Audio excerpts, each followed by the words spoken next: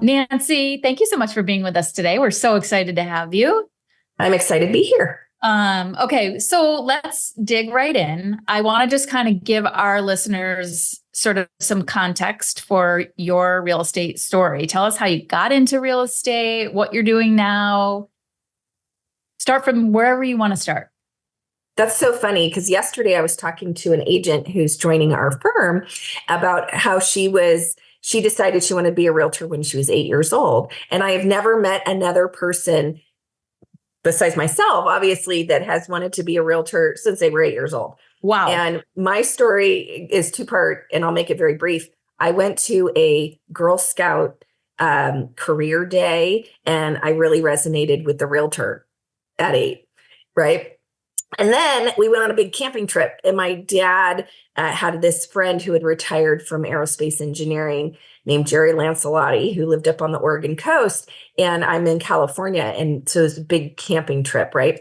And Jerry had retired really early and was a realtor, and he had sold, so this is like the late 70s, he had sold $1 million worth of real estate. And in my little 8-year-old brain, that meant Jerry made $1 million. So at 8 years old, I made the grand proclamation that I was going to be a realtor, which my parents, thought that was so cute and funny because what 8-year-old wants to be a realtor, right? Yeah. But I have from a very early age had this passion of like, this is what I'm going to do. Now, I went into the corporate high-tech world, so I didn't start out of college in a career in real estate, but I did in my very early 30s when I started to have a family and wanted to jump in. I sold for 8 years as an agent. I was a successful agent. And then I got the itch to be in leadership. And so I started at the branch level, managing various branches for my brokerage, and then rose up to be a regional vice president for a big company that one of the largest regions in the United States. I was with Coldwell Banker. And then I left there, and I'm actually now with Christie's International Real Estate Sereno as vice president of sales. So I actually oversee about 650 agents in Central and Northern California, and we are part of the ownership entity of Christie's International. So that is my journey. I mentor agents. I support agent development is my big passion. And I love other things like I have a wellness initiative in my brokerage and do things like that. So that is my journey, but I'm also married to a realtor. So, oh, that's right. Yes. So my husband took over my business when I went into leadership. So I love that. I had forgotten that your husband took over your business, which I think is brilliant. And it's a great segue sort of to what we're going to talk about today, which is agent profitability. And I feel like you're just in the perfect spot for it. You know, you're in agent development. You've seen sort of the gamut of agents across the board who may be successful, but don't necessarily know how to save for retirement, don't know how to transition their business. So I know this is a passion point for you. So we're going to sort of dig into this. So I did pull some stats from National Association of REALTORS, and the average age of a realtor, according to NAR, is 57. Yep. Which kind of puts us in that range, which makes me feel weird. More than 65% of those realtors are over age 50. So not only is the average age high, but most of the 1.5 million agents in the country are actually over 50. And so sort of begs the question, like, what does the next 10, 15, 20 years look like for these agents? And how can they ensure that when it's time for them to hang up their hat, like, do they have enough money to retire? Can they sell their business? So what happens to an agent's book of business when they decide to retire? Let's start there. Well, and to hit on your point as well, a lot of agents start hitting their stride, right, in their latter years, right? They build, and work. And then all of a sudden they're really hitting their stride. And I think one of the problems happens is where agents don't feel like they can get out because they built this business for so long. They've been on this treadmill for so long, but they're getting tired or they have a health crisis or something happens, but they don't know how to get off the treadmill because it's like, well, how do I walk away from all this hard work that I built for so long? And it has become a big passion of mine because well, first off, this is an industry that celebrates age. So it's a great second career for people to dive in, right? It is, I live in the Silicon Valley. We have a saying called the beached white male, right? Where you're over 50 and in tech and you get laid off, you're in a tough spot, right?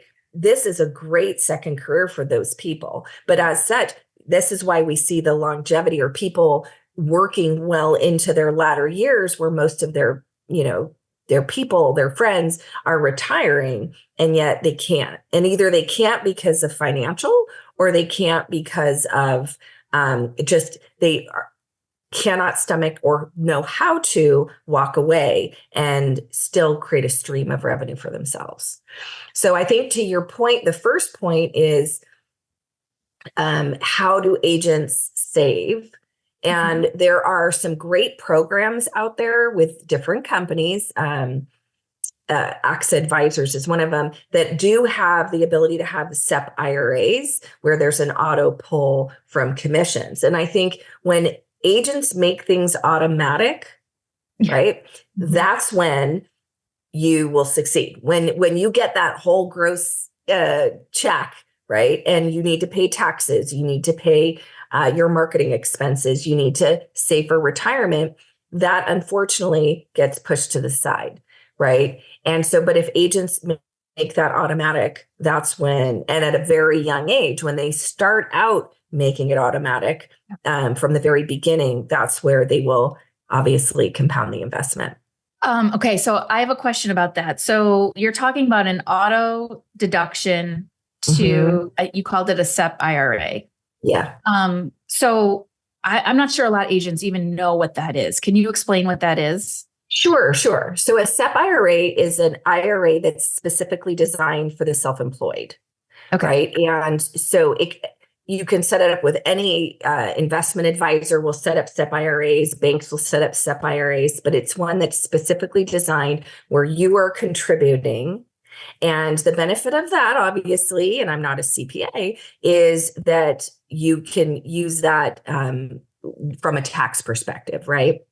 That they will allow you to do that pre-earnings and deduct the amount that you contributed to your SEP.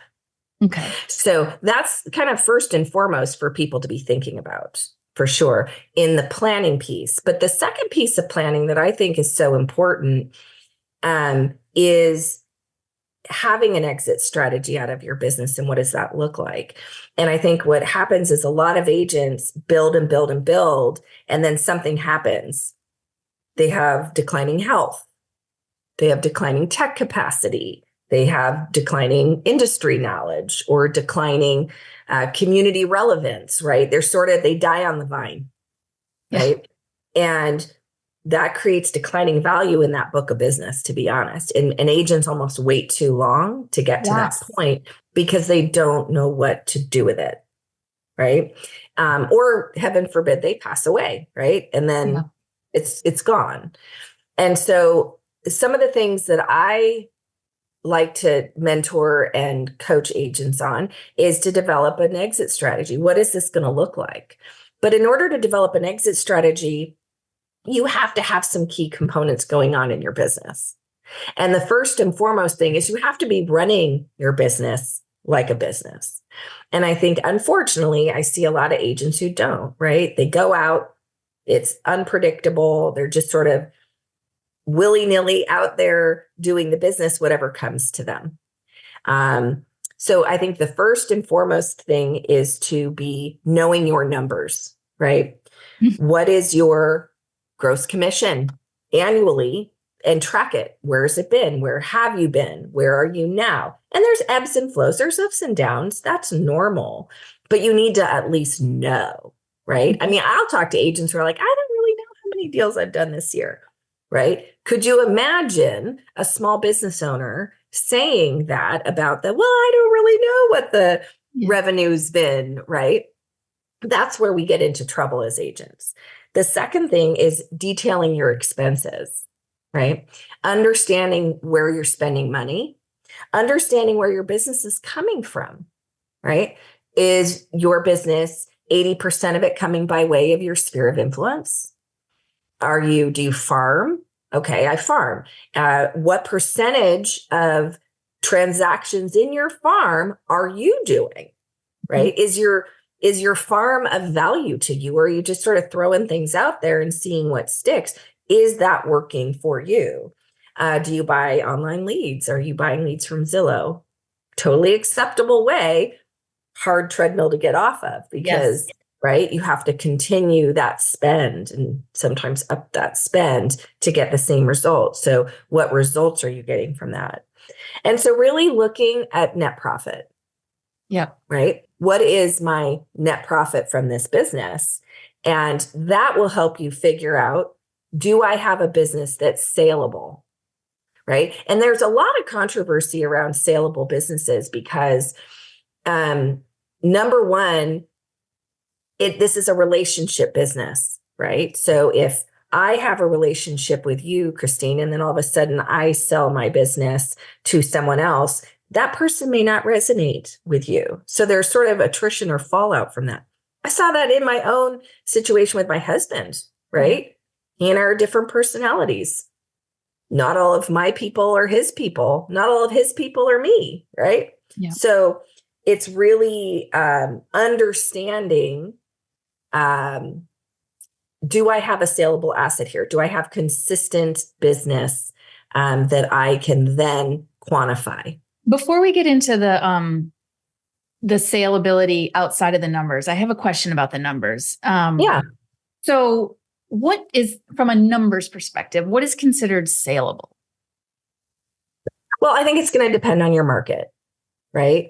It's going to depend on your market. It's going to depend on a lot of other factors as well. Number one, like I talked about, do you have a sphere, a database that you that is mature, right? Are you consistently marketing to them? And then what percentage is coming out of that? Okay. What percentage of those people? If you have 200 people in your database, and you have 10 that are transacting on an annual basis, okay, that's a healthy database. Right? Okay. So it's really looking at it from those, but it really depends on a market, because here's the reality of it. You could have the biggest producer in an office, and behind the scenes, they are a hot mess, right? They don't have their database mature. And I'll get into what I mean by that. They don't have consistency in marketing. There are big agents out there filing for bankruptcy because they might be getting over their skis and spending more money than they're earning today. So it's really looking at, to have a saleable business is really looking at the overall health. Okay. Right? And who determines that? Like, so what would be the next step? So let's say I'm an agent. I've done all the right things from the very beginning. I've, been financially planning and saving through an IRA. I am consistent with my marketing. I have a mature database. I'm now 15 years in, but I've been an individual agent. I'm getting ready I'm 55 years old. I'm looking out to like 62. So I have 8 years. Now I really want to focus on my exit strategy. Like what's the next step? Like you talked about your husband and how you brought him in, and in a relationship business, you're going to attract different people. How do I, as an agent now, knowing I have a healthy business, start the transition? So I think there's the key things is, number one, your database health is to really look and say, okay, where's my database at? Second thing is the consistency in marketing, right? What am I doing from a budget perspective? So knowing the financials around my marketing is very important, as well as having a plan, in marketing. Like I consistently send, and touch my sphere twice a month. This is what I do. These are the things. So having a plan. I talked about the statistical analysis, knowing where that business is coming from, right? Yeah. And all of this goes into having processes, right? Yes. I have a process for my database, for updating it, for reaching out to it. I have a process for farming. This is what it looks like. I have a process for everything, right? I have a buyer process. I have a seller process. And then being able to scale that and replicate it, right? The next piece of this is really potentially going and having the guidance of a coach. And that could be your managing broker. That could be someone in the industry where you get into like a Tom Ferry coaching program or a Brian Buffini or a Ninja, right? Those programs will help you with this, but it's having an outside third party, interested or disinterested, right? Being able to step in and give you some guidance there. Because what I see sometimes when people are transitioning their businesses is they're like, oh my gosh, I really like Susie in my office. She's awesome. She does my open houses and she's great. But Susie may not be similar in style, personality, follow through, detail, right? Susie might be really fun to go have a lunch with, but she's really not the right person to take over your business, right? And so you need to find that person. And so, people will say, well, especially when they're at this point, and you're hitting the nail on the head, Christine, because you're looking and saying, okay, I have 8 years. What's this going to look like in 8 years? I want to be out in 8 years. And really, that's a good time to start thinking about it and making sure all your systems and processes are in place. But then it's also finding alliances. So I call them alliances. I don't call it building a team. You can build a team, but some people aren't designed to be a team in that their personality, right? Yes. And so you want to build alliances. And what I mean by an alliance is I want to go on a vacation and not answer my phone. So I'm going to find someone where I can say, hey, I'm going to be gone for 2 weeks. That's a big vacation in realtor terms. Yes. Will you watch my business? And I have this escrow and this escrow. I have this, coming. Can you just watch this? And then I will pay you XYZ, right?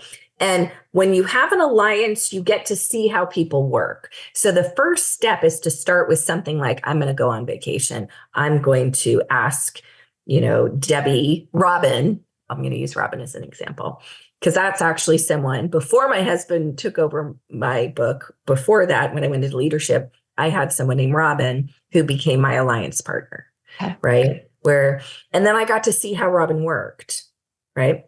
And here's the key is you need to work on finding a person that has similar style to you, right?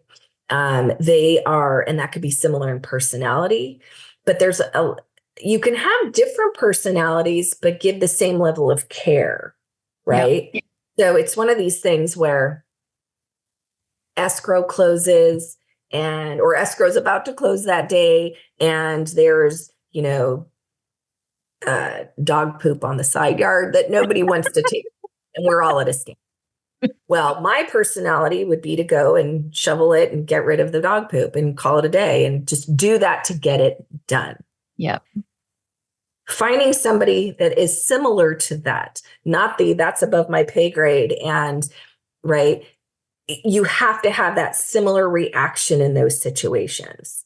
That's what makes a good alliance partner, right? Yeah.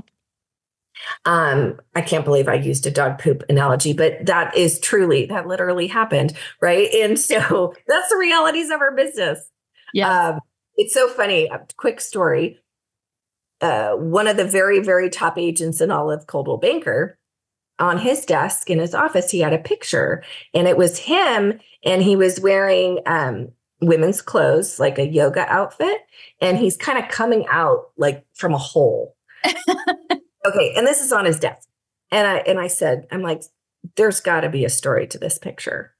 And keep in mind, he's one of the, if not the top agents of that entire company at any given year. So he's big.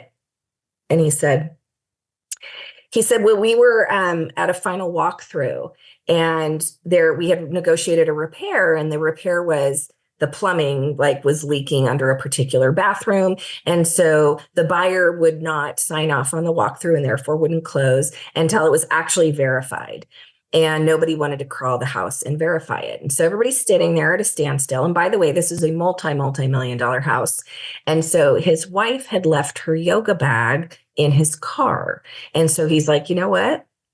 I'm going for it. So he went on and put her whole outfit on, because he didn't want to get his clothes dirty. And he crawled under the house and took pictures of this repaired leak and came out. And they all thought this was hilariously funny, because this guy is a huge agent. And so they took pictures as he was coming out the crawl space. And he put it and framed it on his desk as a reminder that there is no job beneath you, that you do whatever it takes to get across the finish line and to support not only your client, but the whole transaction, right? Yep. And so that's my point, is finding somebody who shares those values with you. It's work ethic, finding somebody who has the same work ethic. It's also finding someone that has similar understanding financially and understands and accepts, okay, this is what I spend on marketing, right? They have a similar value to marketing, right? Because that can sometimes run the gamut as well. Yep. Right. So we need to find somebody who is understands that, wants to make those investments, and is comfortable with that spend, right? The coach is where this comes in to help, right? Because coaches can give you guidance on these things. Sometimes it's like dating. You're so giddy and excited that, oh my God, this is going to be great, that you overlook the flaws, right? Yeah. Yes. And then the other piece of this is to make sure that there's a contract in writing. And that goes back to even I'm going to take off for 2 weeks. Can you cover? And being very explicit in what that means, right? Mm-hmm. Okay, this deal I'm going to give you 10% of, and here are the things left in the transaction. Whatever the case may be, is having a really, really clear contract in writing of what that coverage looks like. But the same goes for anything here with transitioning a business, is that it's in writing, right? And so that's incredibly, incredibly important. Wow. Yeah. So I'm taking copious notes here. I think, when I think about everything that you just said, the biggest piece is to plan. When you get into this business, whether you're 25 or 35 or 50, think about sort of the end game. And if you think about your end goal, right, you're going, and like you said, treat it like a business, you're going to put these things in place. So I heard you say, auto deduct immediately, set up that IRA, know your numbers, make sure your marketing is consistent. And so knowing your numbers means putting a business plan in place every single year. Every single year. No fail. Yes. And then getting a coach, and forming alliances, and always have everything in writing. I have seen so many agents get burned because they have not put these things in writing with other agents. And it creates such ill will. So that's super, super important. I love, this is so up my alley, Nancy. I just love this stuff, because I just think it's so important. And I think so many real estate professionals they're just, they're trying, this is the thing, they're trying to do everything, and it's so hard to do everything and be good at everything. So this is the last thing that they think about. Yeah. But it's so important, because I feel like so many leave money on the table when they leave the business. Like you said, they're not prepared, or they retire and they don't have anything to show for it. So, you've been at this for a long time. What kind of results have you seen when you've coached agents in their transition? So it's funny, because we have an agent right now who, very, very big producer, who basically said, I'm done. right? I mean, some of these last few years have been very, very intense for some agents, not every agent, but for some agents, it's been their best, biggest, craziest years ever. And especially 21, right? And so there are those, I feel like the bigs got bigger, right? And they were on this treadmill of, oh my gosh, well, this agent, very, very big, not that old either. Older than me, but not that old. Yeah. He basically said, I'm just so burnt out. And he was at a point where he had done a good job of saving. He could get out if he really wanted to. Would it slightly alter his lifestyle? Sure, but he could. And that's what I'm seeing happening right now, Christine, is a lot of agents are like, I am out. Like, I'm tired, especially with what's happening just politically in our industry. There are agents who are like, I don't want to have to implement X. So I'm just tired. I want to get out. And so that's where you see, we don't have a good job of retiring agents, right? It's Brian Buffini has a really funny little stand up where he talks about like, you throw we're in prison and we like, throw the bag and crawl under the fence and we're out in the cover of dark and we don't make it a thing, right? Because we're fearful of making it a thing. And that's where people dabble and dwindle, right? Mm-hmm. They dabble and then it just dwindles until it's nothing. So this agent, back to this agent, basically said, I need some help. So we talked him off the initial ledge of throwing the bag over the fence, right? And basically said, okay, let's find this alliance partner. Let's find someone. And the thing is an alliance partner is not a quick fix. It's not find the alliance person and then you're gone in 6 months. Yeah. Right. This is going to be a transition period, but at least what the alliance partner did for him is calmed him down, got him a little bit of a life, right? Allowed him to take a trip and not have to be tied and tethered to his phone. Yep. And that alliance. And here's the thing. These bigs are getting bigger. And these really good agents that maybe have been in for a little bit of time, have some experience under their belts, they're having a difficult time taking it to that next level. Mm-hmm.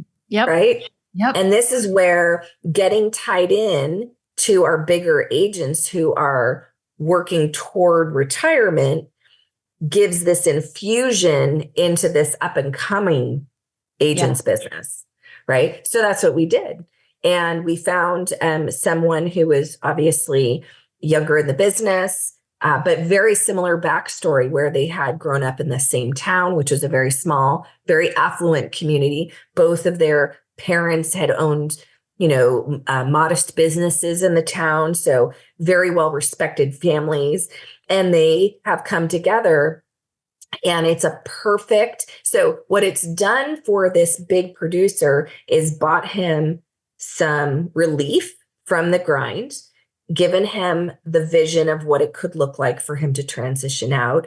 And then we've been able to create the plan, right? All the while by this, could you imagine being this younger agent and walking into that, where all of a sudden you have this pretty good book, but you want to take it to the next level. And now you're given this opportunity. So whether it's open house support, whether it's a portion of every transaction where he is doing elements of the transaction that maybe aren't facing the consumer, all of those things are happening, right? Yep.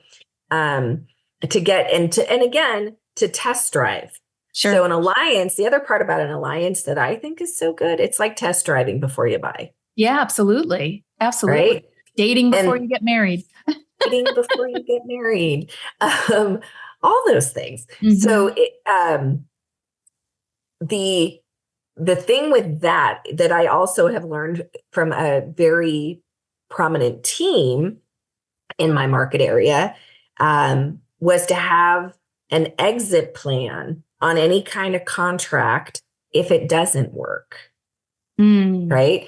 So in an alliance, in a team partnership, whatever you're doing, if we don't make it across the finish line, if for some reason retiring agent decides you guys have a dust up.